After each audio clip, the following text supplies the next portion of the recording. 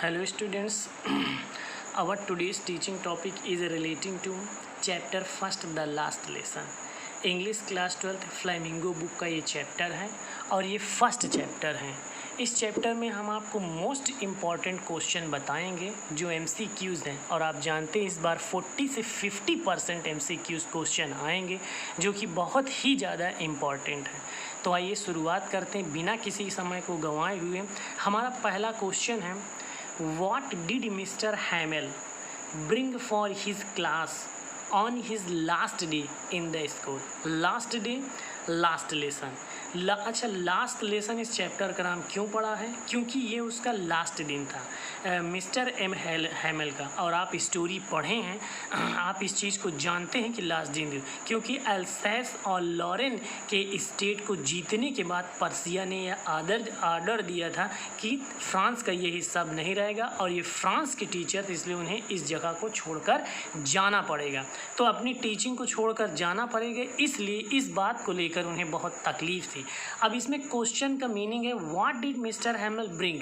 Mister हैमल क्या लेकर आते हैं फॉर हिज क्लास, अपनी क्लास के लिए, ऑन हिज लास्ट डे, अपने लास्ट डे यानी अपनी अंतिम क्लास में। आज के बाद उनकी कोई क्लास नहीं होगा स्कूल में, तो उस दिन वो क्या लेके आते हैं? क्या न्यू पेन्स लेकर आते हैं? नहीं, न्यू पेन्स लेकर पूरी स्टोरी आप पढ़िए तो उसमें एकदम क्लियर पता चलता है। You came to know about the whole story, no need to take new pens. New pens लेकर नहीं आते तो ये मिस्टेक है। क्या स्वीट्स लेकर आते हैं? नहीं, ऐसी कोई बात नहीं, स्वीट्स भी लेकर नहीं आते।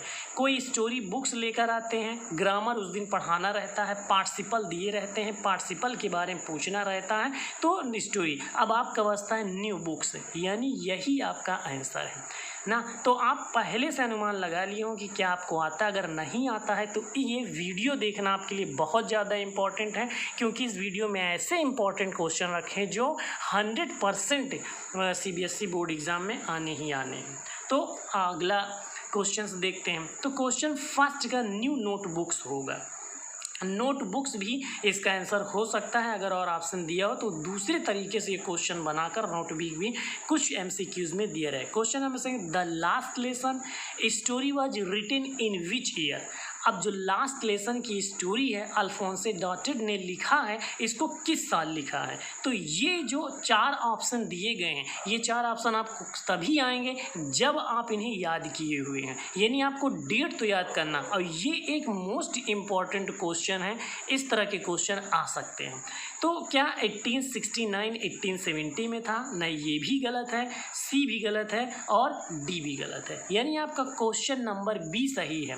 लास्ट लेसन किस ईयर में लिखा गया है? लास्ट लेसन 1870 और 1871 में लिखा गया है। इस चीज़ को याद रखिएगा, 1870 में द लास्ट लेसन लिखा गया है। क्वेश्चन नंबर थर्ड क्या कह रहा है? What was there in front of the bulletin board? आपको इस स्टोरी में याद होगा, फ्रेंच जब अपने घर से स्कूल की तरफ आता है तो वो रास्ते में एक बुलेटिन बोर्ड देखता है, और उस बुलेटिन बोर्ड के सामने किसकी भीड़ रहती है? क्या बच्चों की भीड़ रहती है? नहीं, वो खुद एक बच्चा रहता है और उस रास्ते से होकर गुजरता है, लेकिन वहाँ कोई दूसरा और बच्चा नहीं दिखाए। क्या वहाँ पर हॉकर्स की भी? अब बुलेटिन बोर्ड लगा हुआ है तो वहाँ हॉकर्स की कोई ज़रूरत हो ही नहीं सकती। बुलेटिन बोर्ड लगा हुआ है तो वहाँ पुलिस की भी कोई ज़रूरत नहीं होती है, ये कॉमन सेंस की बात है। तो वहाँ पर कौन हो सकता है? क्राउड हो, वहाँ पर एक क्राउड रहता है। दरअसल बात, जो बुलेटिन बोर्ड लगाया जाता है उसमें इंस्ट्रक्शन दिया जाता है कि फ्रांस में अब तो ना तो फ्रेंच लैंग्वेज की टीचिंग होगी, ना ही यहाँ पर फ्रेंच कल्चर के होगा, और फ्रांस के 2 स्टेट को पर्सिया ने डिफीट कर दिया है और इसलिए अब वो पर्सिया के अधिकार क्षेत्र में। इस तरह के इंस्ट्रक्शन दिए सारे बुलेटिन बोर्ड में। तो क्वेश्चन नंबर थर्ड का क्राउड आंसर होगा। आइए क्वेश्चन नंबर 4 देखते हैं। क्वेश्चन नंबर 4 में क्या कह रहा है? The expression thunder clap in the lesson means. Dear student, मैं आपको ये बता देना चाहता हूँ कि थंडर क्लैप का कुछ भी मतलब हो सकता है, लेकिन यहाँ जब इस तरह के क्वेश्चन एग्जाम में पूछता है तो ये इस चैप्टर के अकॉर्डिंग थंडर क्लैप का क्या मतलब हो। तो इसे लाउड बट नॉट क्लियर, ना। क्या लाउड था और क्लियर नहीं था? नहीं, जो भी इंस्ट्रक्शन आए थे वो एकदम लाउड था और एकदम क्लियर था, तो यानी ये इसका आंसर नहीं होगा। स्टार्टलिंग एंड अनएक्सपेक्टेड, हाँ, जो भी आदेश इंस्ट्रक्शन आए थे वहाँ के लोगों के एकदम सरप्राइज कर देने वाला था। ना तो वो फ्रेंच लैंग्वेज सिखा सकते हैं, ना पढ़ा सकते हैं, ना वो कल्चर अपना सकते हैं वहाँ से फ्रेंच पीपल को छोड़ना, तो ये अनएक्सपेक्टेड था लेकिन स्टार्टलिंग नहीं था, तो इसलिए ये भी गलत हो गया। अनप्लीजेंट तो था ही लेकिन सबके लिए नहीं था, जो फ्रेंच पीपल था उनके लिए, तो ये भी यूनिवर्सल आंसर नहीं है। आपका जो करेक्ट आंसर है थंडर क्लैप का द लास्ट लेसन में जो मतलब है वो क्वेश्चन ऑप्शन नंबर बी है, लाउड एंड क्लियर, यानी थंडर क्लैप का मतलब लाउड एंड क्लियर होगा। वीडियो को पास करके आप चेक कर सकते हैं कि आपकी तैयारी कितनी है। हाँ, जो इस तरह के क्वेश्चंस को आप 8 क्वेश्चन दिए और 8 के 8 आपके अगर सही नहीं होते तो मतलब अभी कंप्लीट तैयारी नहीं है। आप ऐसे क्वेश्चंस नहीं कर सकते हैं बिना कंप्लीट तैयारी के। क्वेश्चन नंबर 5 क्या कह रहा है, देखिए क्वेश्चंस की मीनिंग भी बताते चल रहे हैं ताकि आपको बहुत अच्छे से क्लियर हो जाए और ऐसे क्वेश्चंस के आंसर याद रहे, इससे एक डीप स्टडी आपकी हो जाएगी। क्वेश्चन नंबर 5 कह रहा है अकॉर्डिंग टू दिस चैप्टर, इस चैप्टर के अनुसार what is the meaning of apprentice. अब देखिए एक वर्ड और दे दिया, इस चैप्टर में अप्रेंटिस वर्ड दिया है और उस अप्रेंटिस वर्ड का क्या मतलब है, क्या मेंटर मतलब है, प्रोफेशनल मतलब है, एक्सपेक्ट मतलब है, एमचर मतलब। इन 4 में से एक ऑप्शन सही है, गेस करिए कौन सा ऑप्शन है और मुझे कमेंट करके बताइए कि वो ऑप्शन कौन सा है। तो आपको इस मेंटर है क्या अप्रेंटिस का मतलब, एक्सपेक्ट है या प्रोफेशनल है? नहीं, ना तो अप्रेंटिस का मतलब मेंटर है, ना ही एक्सपेक्ट है और ना ही प्रोफेसर है। दरअसल बात अप्रेंटिस का मतलब होता है नौसिखिया, अप्रेंटिस का मतलब होता है अव्यवसायिक और एमेचर का मतलब भी सेम यही होता है, जबकि प्रोफेशनल का मतलब होता है व्यवसायिक। अगर अपोजिट करता तो ये सही हो जाता, लेकिन यहाँ अप्रेंटिस का मतलब एमेचर होगा। क्वेश्चन नंबर 6 क्या कह रहा है, कह रहा है what does M Hamel's motionless posture reflect. M Hamel का जो मोशनलेस पोस्चर्स था, पोस्चर्स का मतलब यहाँ पर हाव भाव है, गेस्चर से है, उनका रिफ्लेक्शन से है, उनकी एक्टिविटीज़ से, हाव भाव से। तो उनका जो हाव भाव था मिस्टर हैमल का मोशनलेस क्यों था, वो नॉन लिविंग जैसा क्यों था? दरअसल बात जब एम हैमल को पता चलता है कि उन्हें जो है उनका ये लास्ट लेसन है, लास्ट दिन है, इसके बाद वो नहीं पढ़ाएंगे, उन्हें नहीं पढ़ाने दिया जाएगा, तो उनके हाव भाव जो है क्या हो गए थे, मोशनलेस हो गए थे। अच्छा, मोशनलेस हो तो इसका रिफ्लेक्ट क्या हो, द स्कूल इज डिसमिस्ड, क्या स्कूल डिसमिस्ड हो गया इसलिए मोशनलेस हो गया? नहीं, ऐसा नहीं, अभी वो स्कूल में हैं और अभी वो पढ़ा रहे, लेकिन आज के बाद नहीं पढ़ाएंगे, तो आज के बाद डिसमिस्ड होगा, तो ये ऑप्शन सही नहीं है। चेंजिंग ऑर्डर ऑफ लाइफ, क्या उनका जो लाइफ का जो है ऑर्डर चेंज हो रहा है? ऑर्डर अभी नहीं चेंज हो रहा है, ऐसा नहीं है कि वो आज टीचर है कल टीचर नहीं रहेंगे, कहीं और भी पढ़ाएंगे, चैप्टर में ऐसा नहीं कहा गया, तो ये भी सही।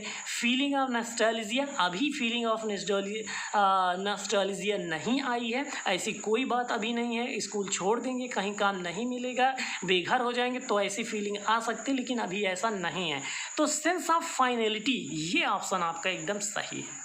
हम चारों ऑप्शंस की मीनिंग बता रहे ताकि आपको हमेशा के लिए याद हो जाए। तो मोशनलेस पोस्चर्स जो रिफ्लेक्ट करता है sense of finality, sense of finality he answer क्यों होगा? वो इसलिए होगा कि वो लास्ट दिन था, वो फाइनल दिन था, ठीक है, तो इसीलिए सेंस ऑफ फाइनलिटी उनके अंदर आ गई, इसीलिए मोशनलेस पोस्चर्स हो गया।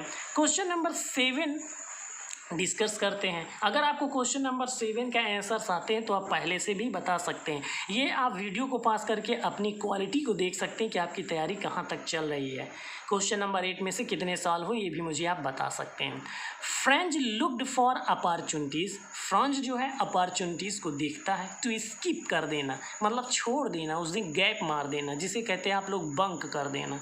स्कूल डू व्हाट, मतलब स्कूल नहीं जाएगा फ्रेंड्स, तो उसकी जगह पर वो क्या करेगा, ऐसा क्या प्लान बनाया था? अच्छा, स्कूल क्यों नहीं जाएगा आप अच्छी तरह से जानते हैं, क्योंकि उसे जो पार्टिसिपल दिया गया था, पार्टिसिपल उसका तैयार नहीं हो पाया था, तो मिस्टर एम हैमल से डरता था, क्योंकि मिस्टर एम हैमल्स का बिहेव बहुत स्ट्रिक्ट हुआ करता था, बहुत ऑनेस्ट पर्सन थे लेकिन बहुत ही स्ट्रिक्ट थे, तो ना बता पाने पर वो डांट या पीट सकते थे, ऐसा उसे भय था, इंसल्ट हो सकती थी, इसलिए वो नहीं जा, लेकिन ना जाने पर क्या वो मिल में काम करता? नहीं, मिल में काम तो उसके और फ्रेंड्स करते थे, उसके पेरेंट्स स्कूल नहीं भेजा करते बल्कि मिल में काम करने के लिए भेजा करते थे अपने बच्चों को, ताकि वहाँ से कुछ पैसे की कमाई हो गई। और यही चीज़ लास्ट डे में फ्रेंच उन्हें कहता है कि इसमें पेरेंट्स की भी गलती, जो यहाँ पर डेली बच्चे नहीं आते। वाटर द प्लांट्स, क्या फ्रेंच जो है स्कूल ना जाकर ये प्लान बनाए, प्लांट्स को वाटर देंगे? ना, ये सब बहुत नॉर्मल चीज़ है, ऐसा कुछ नहीं। Go fishing live, collect birds egg. Dear student, definitely आपको इस क्वेश्चन का आंसर नहीं कंफर्म रहा होगा, भले ही आप चैप्टर पढ़ो। बहुत ही ज़्यादा इंपॉर्टेंट क्वेश्चन है, वीडियो को लास्ट तक देखते रहिए। क्वेश्चन नंबर 8 कंप्लीट हो, लास्ट टू सेकंड है, और ये इंपॉर्टेंट क्वेश्चन है इस तरह के, डेफिनेटली आपके एग्जाम में आएंगे। बस आप कंप्लीटली वीडियो को देखिए और समझिए। तो क्वेश्चन नंबर 7 का जो है ऑप्शन डी है, कलेक्ट बर्ड्स। फ्रेंच स्कूल न जाकर बर्ड के एग्स को कलेक्ट करने का प्लान बनाता है। हालांकि बाद में वो अपने मन को मना लेता है और स्कूल की तरफ चला जाता है और ये प्लान उसका कैंसिल हो जाता है, लेकिन स्किप करके ये प्लान बनाता है, कलेक्ट बर्ड्स एग। लाइए लास्ट क्वेश्चन देखते हैं उसके ऑप्शन। लास्ट क्वेश्चन के ऑप्शन, चारों ऑप्शन आपको दिखाई दे रहे हैं, उनमें से कौन सा ऑप्शन है आप गेस करके बता सकते हैं, क्योंकि आप चैप्टर पढ़े हुए हैं और उसकी स्टोरी अच्छी तरह से मैंने बताया है।